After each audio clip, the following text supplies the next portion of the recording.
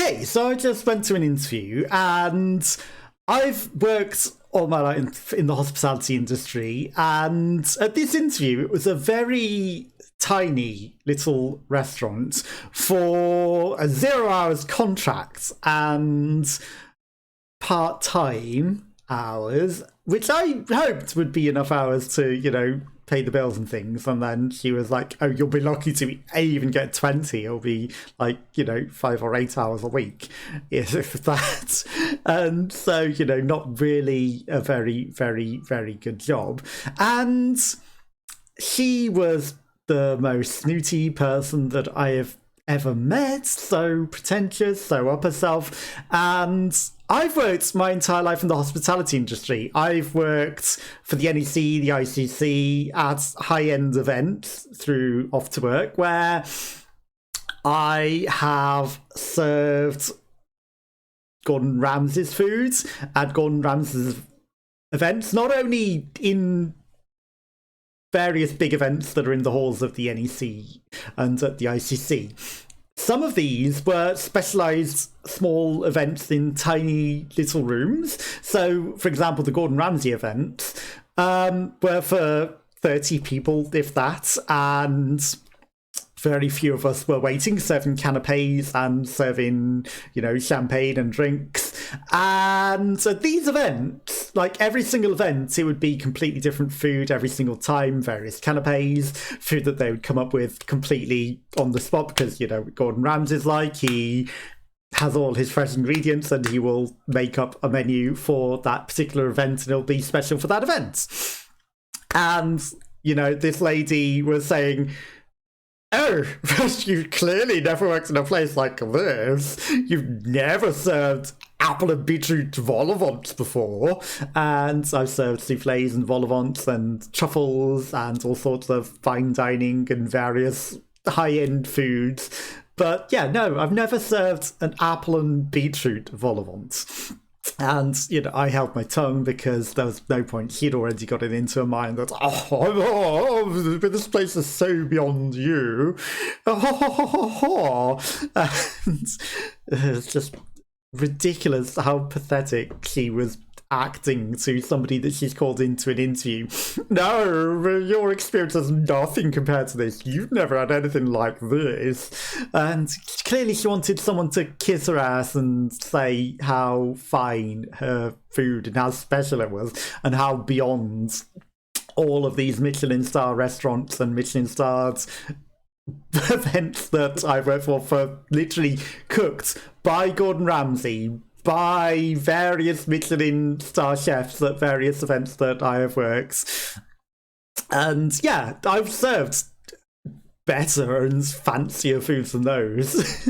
But, she wanted her ass just on that. And for the pathetic hours that it was, and for not being guaranteed any hours, I wasn't kissing her ass. I just held my tongue and was like, well, I've worked for these people and these, but that's nothing compared to this. And she just doesn't appreciate my experience and my, nothing that I could say would have convinced her with what I have worked, because I have worked for various events. I was in so demand that I was always put on the VIP sections. So I was in so demand. I don't know, the Excel Centre, that's the one. The Excel Centre in London, I was Birmingham based, and they would call me down to the Excel Centre for Excel Centre events. And so I would frequently have to travel down on the train from Birmingham to London to work at the Excel Centre. I would be put in charge of, for the Hair of the Year events, I was put on charge of the lead table right at the front, serving the stylists and the models themselves. I would often be on the VIP box of the Horse of the Year show, where I'm serving all the celebrities in the VIP box. At the ICC, I'm always on the top end tables with all of the very, very important people for the various clients there. I was hired to serve canapes and champagne at Hugo Boss opening in Manchester. Store opening. I've been hired for various personal events in personal houses where we're serving You know, not only are you having to serve food because she wants to pretend that her tiny little restaurant is so much more fancy than any of these. It's not just about serving the food. You've got to smooth the customers and talk to the customers. You've got to explain all the foods. And we have to figure out all of the foods on the fly for all these events because it's never the same thing. You have to. And we don't get told the foods in advance. We get told the foods then and there when we show up. We have to remember all the ingredients, what the foods are called, how to describe them and make them sound fancy. And you have to smooth the customers with your W-grade riz and keep them all, you know, very, very entertained and happy. And I was always so appreciated that I would always get big tips. And yeah, if you can't appreciate my work experience and my entire life in the hospitality industry, then, you know, and you think that your restaurant is so much more fancier than literally all of the Michelin waiters, Michelin stars, chefs that I have worked for, and, you know, all the high-end events that I have worked at, and I've done silver service. We've had to do Goujon scooping of various foods at the table whilst entertaining the customers and talking to them, and as well as basic plate waiting and, you know, the usual. And he also asks, oh, do you have any experience with wines? Yeah, I have an intermediate Wines and Spirits Educational Trust certification. And she just says, it's a certificate. Doesn't appreciate that this makes me a literal wine expert. The only higher qualification is an advanced in that. But this is probably 12 weeks worth of education in learning the various grape varieties, the flavours, tasting them, being able to identify them, and recommend from all the different regions and all the different wines and cross-pair with foods. You know, it's pretty intensive, but she just says, oh, this is a basic certificate. And, you know, she was putting on the fakest, snobby fucking accent known to man. Just literally the snootiest fake hyacinth bouquet. Oh, but we're trying through that. Yes, but I have literally worked at actual Michelin star places. I even worked at Mowgli Street Food, which isn't a Michelin stars place, but the owner is a Michelin star chef. And when the Birmingham branch opened, I had to even serve her mother. I was made in charge of serving the Michelin star chef's mother because that's how appreciated I was as a waiter. And the manager there wasn't so good, you know, the Birmingham branch manager. We kept being told that he was going to go to Oxford when the Oxford branch opened, but he never did.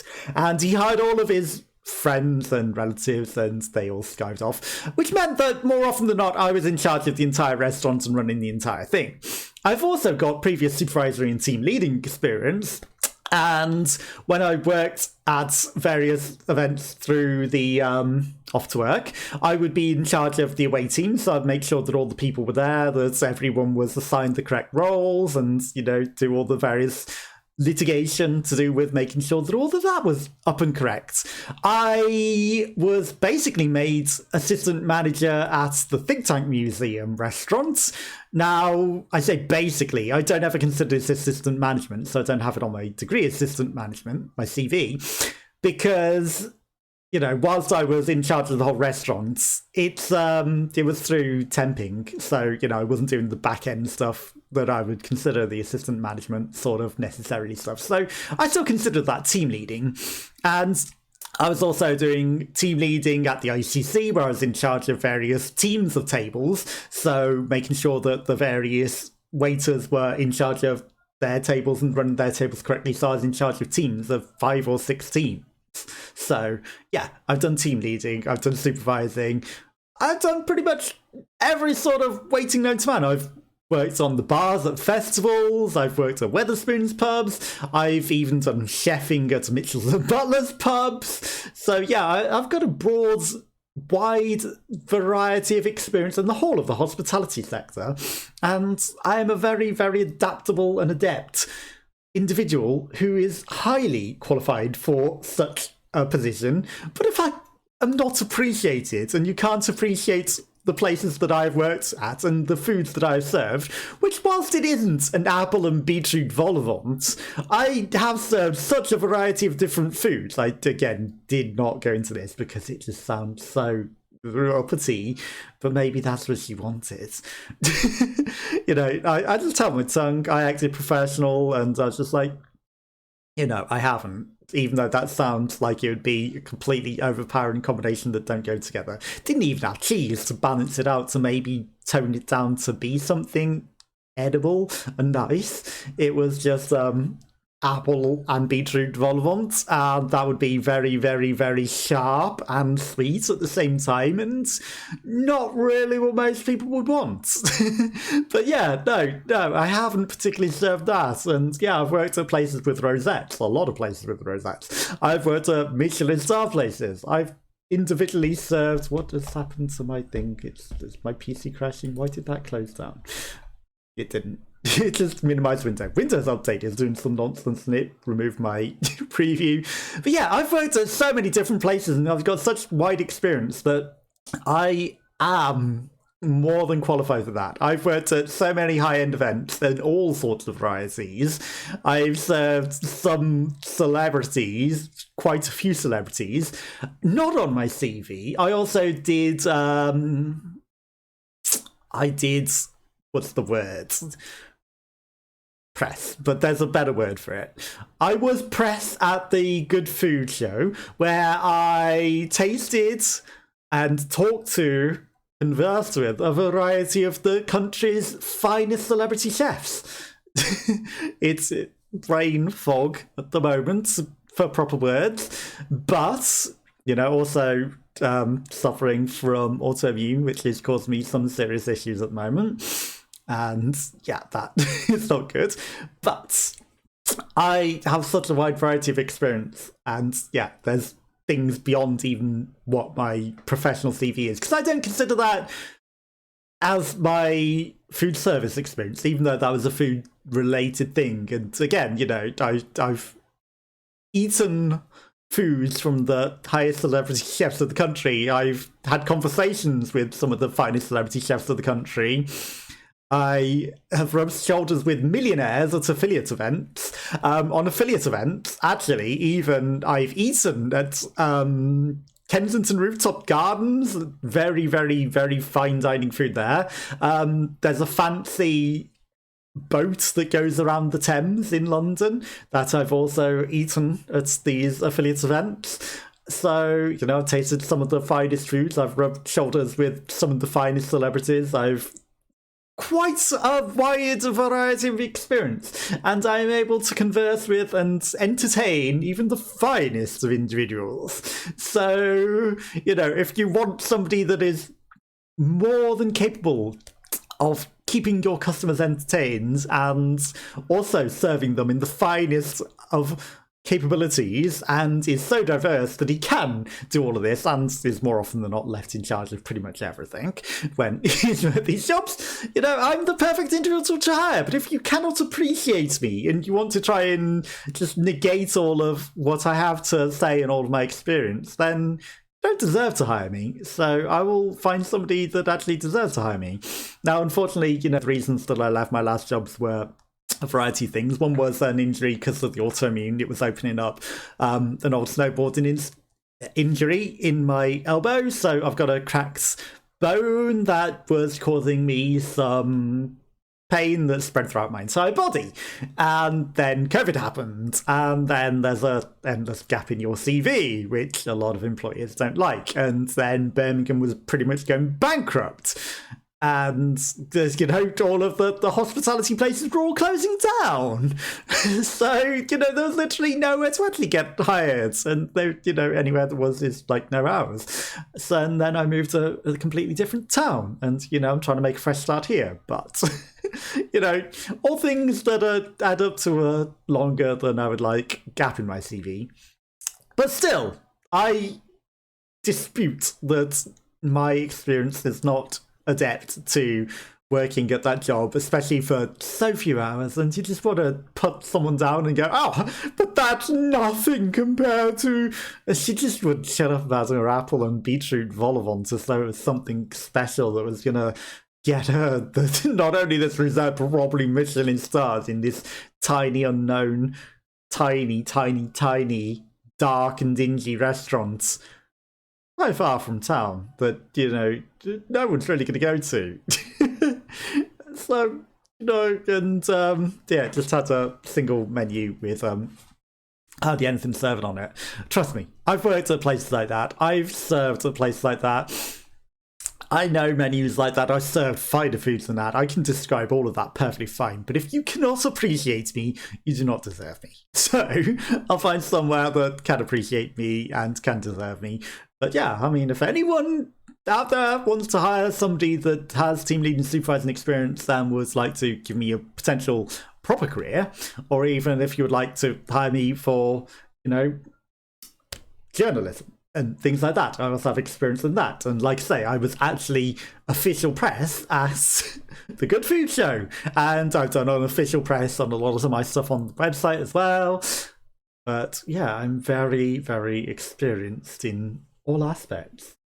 So if you would like somebody that is very entertaining and very capable of, you know, schmoozing your guests, and so thoroughly loved in their service that they always get the finest of tips and always get fantastic compliments to the management from how effective their service is, hire me. But if you can't appreciate it and you just want to try and put me down, you know, I just laugh at your terrible restaurant that's, you know, good luck getting your rosette, but clearly if you're not going to hire the right person, then you're not going to succeed, are you?